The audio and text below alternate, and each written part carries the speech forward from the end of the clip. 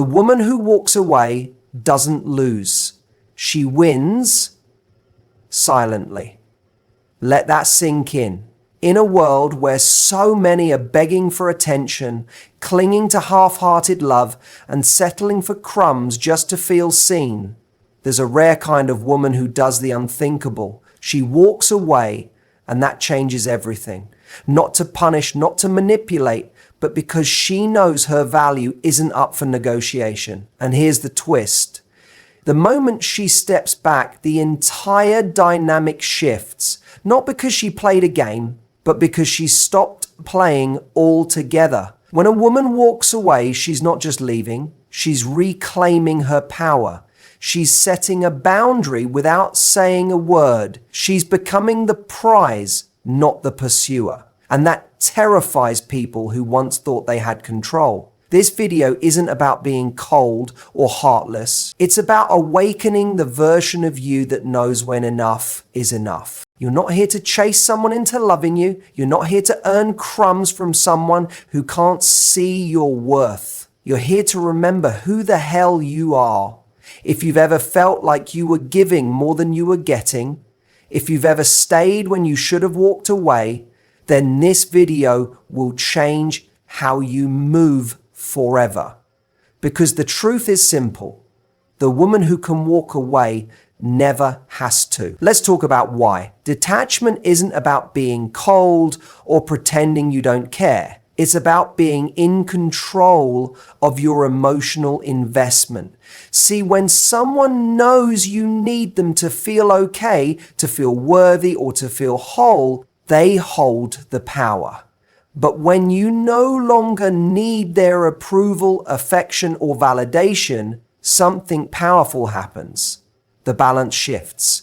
The psychology behind detachment starts with one truth. Human beings are drawn to what they can't fully predict or possess. It's not about playing games, it's about protecting your peace. When you're emotionally detached, you're not overanalyzing texts, waiting for them to choose you, or building a life around someone who wouldn't do the same for you. You're grounded. You choose. People confuse detachment with disinterest, but that's a lie. Real detachment is presence without pressure. It means you can enjoy someone's company without obsessing over where it's going. You can show up as your full self without fear that you'll be abandoned for it. The reason this works is because detachment removes urgency, and urgency kills attraction. The more someone feels your calm confidence, the more they're intrigued. Why? Because you're not reacting, you're responding. You're not proving your worth, you're already living it. Think about it. The moment you stop trying to control someone's perception of you, you become magnetic. Why? Because self-rust is rare, and rare is valuable. Most people chase connection from a place of fear. Fear of being alone, fear of being unloved, fear of not being enough. Detachment says, even if I lose this, I won't lose myself. That's power, that's peace, and that's irresistible. Detachment isn't distance, it's dignity. It's looking at a situation and saying, I can want this, but I don't need it to validate me. And that energy commands respect. The woman who masters detachment doesn't beg, she doesn't force, she doesn't perform, she just is. And that's why everything comes to her. Detachment doesn't mean you won't feel, it just means your feelings don't run you. And when you reach that level, people sense it. And suddenly, you're no longer chasing love, love is chasing you. You don't always realize you're giving away your power. It rarely happens in one big moment. Most of the time, it's subtle. It's in the compromises you make with a lump in your throat. It's in the text you send, even when your gut tells you not to.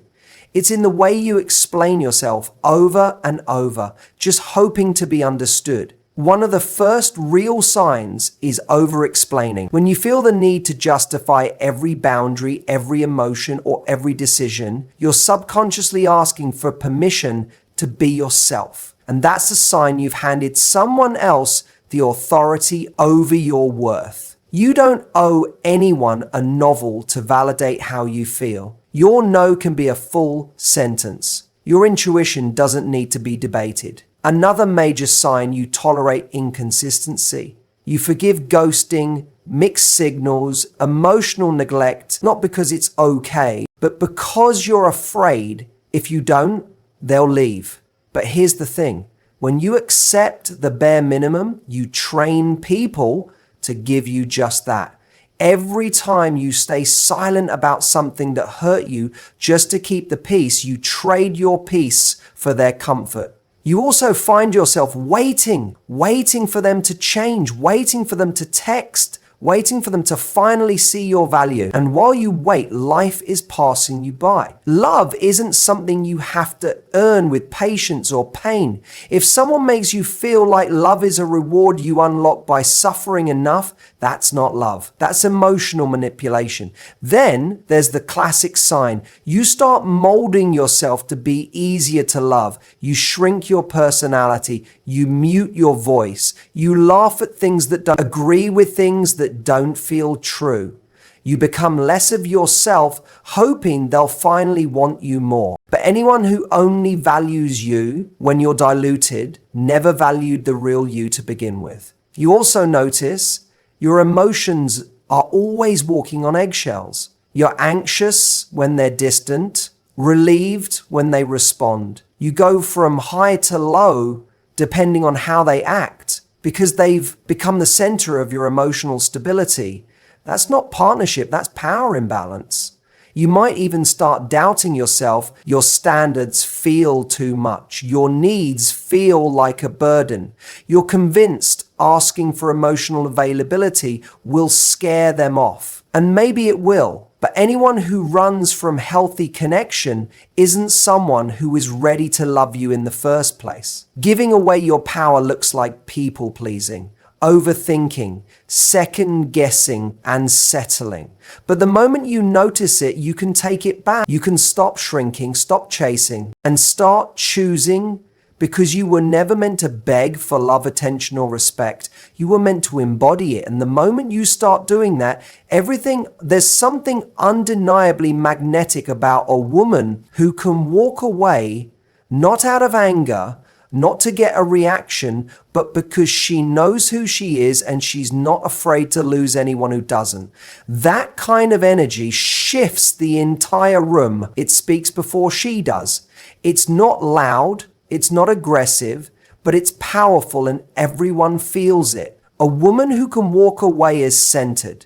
She isn't looking for external validation because she's already claimed it from within. She doesn't beg for time, attention, or effort. She watches, she observes, and when she sees that someone is offering less than she deserves, she doesn't argue. She exits quietly, clearly, completely. And that silence, that calm confidence, that's what draws people in. People are used to reactions, drama, pleading, clinging. But when you don't do any of that, when you stay grounded in your self-worth, you become a mystery. They want to solve a presence they want to chase. You are not desperate for a seat at anyone's table. You are the table. The truth is, when you don't need someone, you have the freedom to choose them. That's where the power lies. Detachment creates desire because when you have options, when you have boundaries, when you have peace, people feel it and they either rise to meet you or they fall away. And you're okay with either outcome.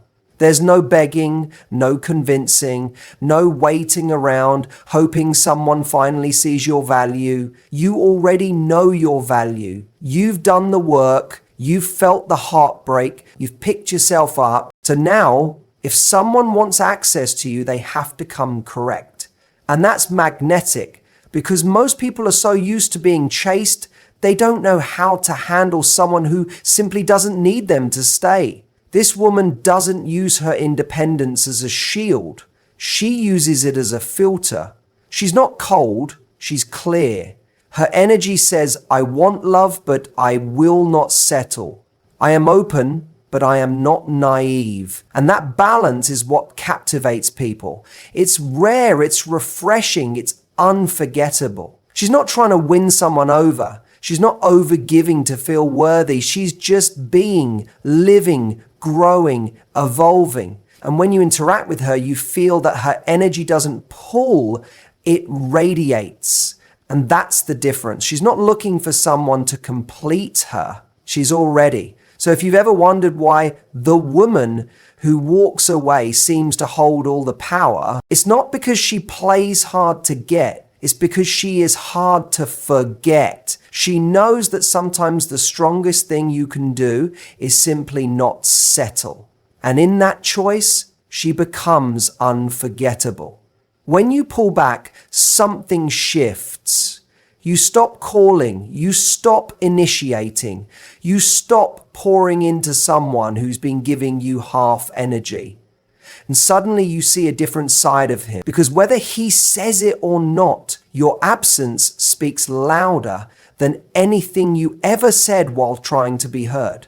The first thing that happens when you pull back is confusion.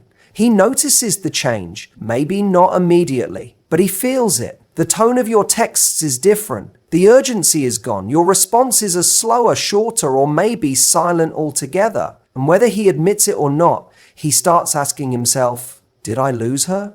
Now, depending on the kind of man he is, his reaction will tell you everything. If he was using your energy as an emotional crutch to feel wanted, admired, or in control, he might panic, not because he loves you, but because he misses the access. He misses the validation. He misses how you made him feel important without him having to fully show up.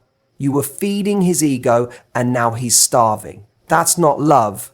That's attachment to control. Some men react with ego. They try to act unbothered. They pretend they didn't notice. They post more, flex more, try to get your attention without directly addressing you. But that's just pride. That's an immature attempt to get you to chase again because they don't know how to meet you on your level. And then there are the ones who step up. When a man genuinely values you, your pullback doesn't offend him. It wakes him up. He starts reflecting. He realizes he was taking your consistency for granted. And instead of playing games, he reaches out with clarity. He asks what changed. He brings accountability to the conversation. He doesn't just want you back. He wants to show up better. But here's the hard truth. When you pull back, some men just disappear. They don't chase, they don't check in, they let you go. And that hurts, but that's also your answer. Because any man who lets you walk away in silence was never truly invested. He was just comfortable.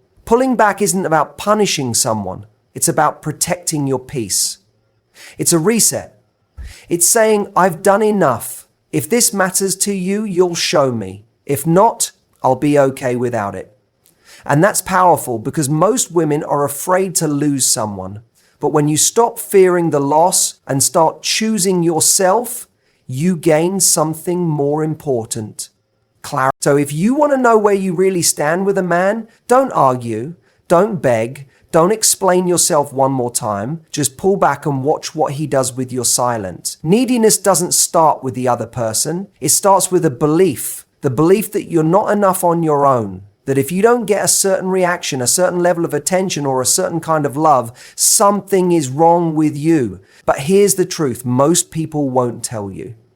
Neediness isn't about wanting love. It's about fearing you won't survive without it.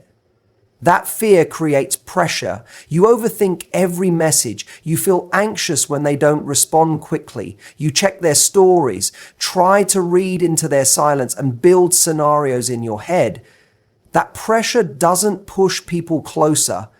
It pushes them away because energy doesn't lie. When you're operating from lack, it shows even in your silence. So how do you avoid neediness? It starts by redirecting your focus. Instead of obsessing over what they're doing, start paying attention to what you're not doing for yourself. When was the last time you poured into your own life? When did you last do something that made you feel alive, attractive, grounded, with or without them?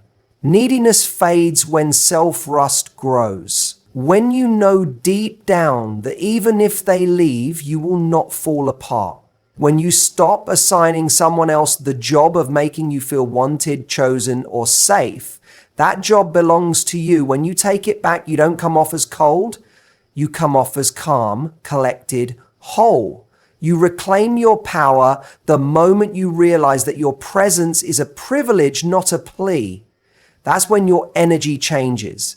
You don't chase, you don't perform, you don't lose yourself in someone else's inconsistency. Instead, you stay rooted in who you are. You stop romanticizing potential. You stop negotiating with red flags. You stop trying to earn what should be given freely.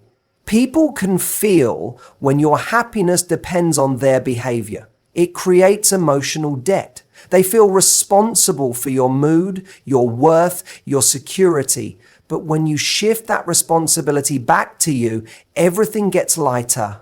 Conversations feel better. Boundaries feel easier. Attraction grows. Power comes from knowing that love should never cost you your self-respect. That wanting connection is healthy, but needing it to feel whole is dangerous. The moment you can say, I love deeply, but I will never abandon myself for love, is the moment you reclaim everything. And don't be fooled.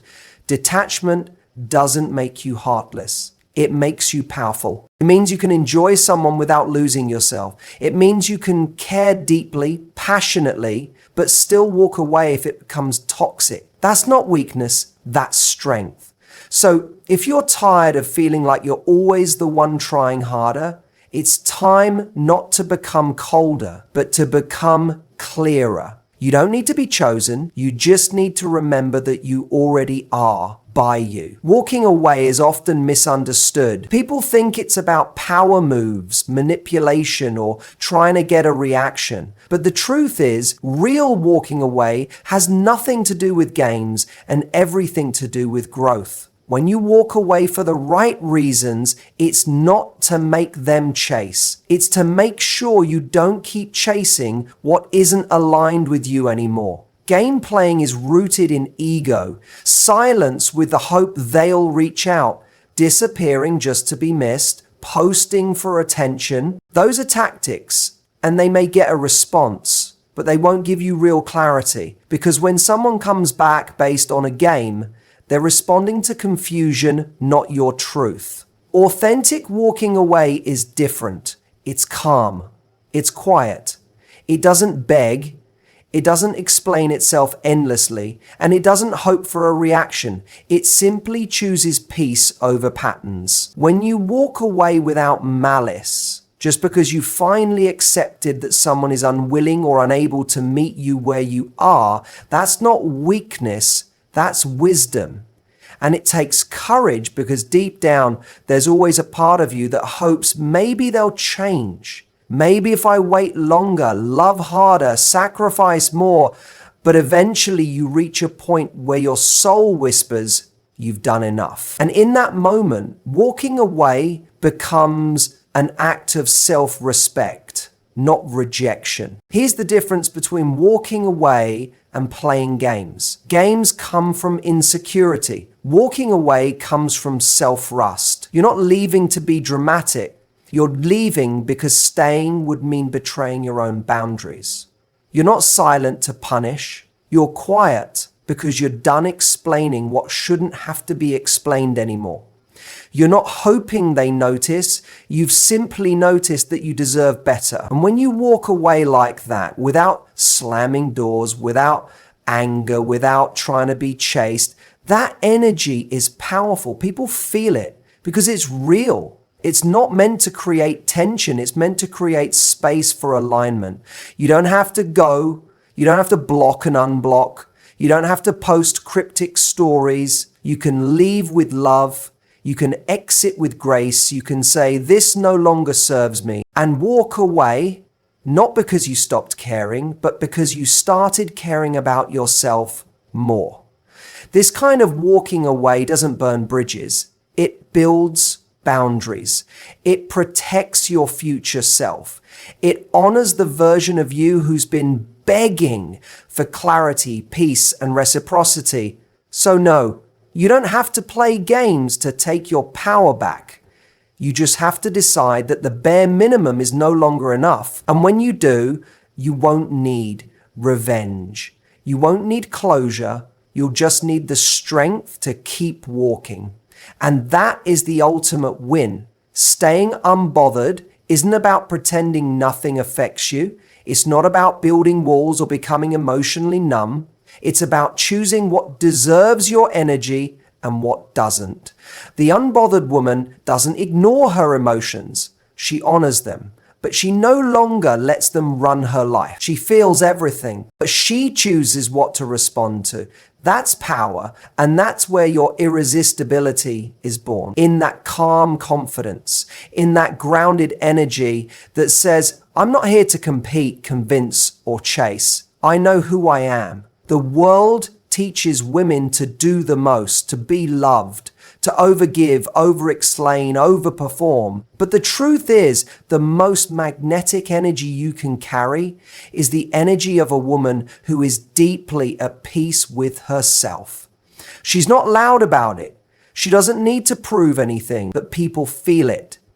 She's not reactive. She's responsive. She's not triggered by every shift in someone else's behavior because her worth isn't tied to it. She's not sitting by the phone waiting for a text.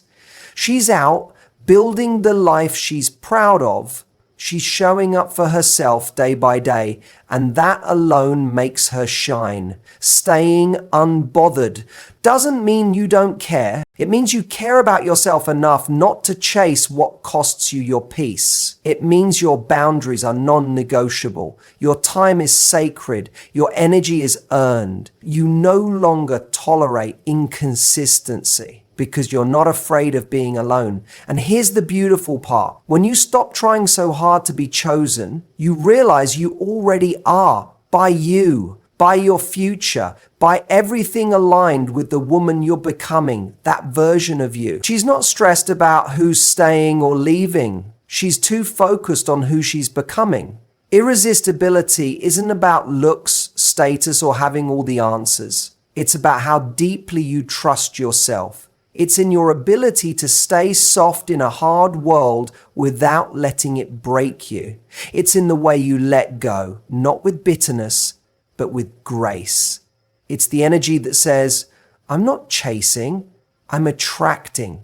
I'm not waiting. That's what makes people take notice. Not because you're begging for attention, but because you're no longer giving it away so easily. You become a presence, not a performance. You become the woman who knows her value, who speaks with clarity, who walks with purpose. And that energy is unforgettable. So, if you've ever felt like you had to do more, be more, prove more to be loved, let this be your reminder you are enough exactly as you are. Stay calm, stay soft, stay focused, stay unbothered, and watch how irresistible you become. Now that you've heard all of this, it's time to take a moment and ask yourself, where am I giving away my power?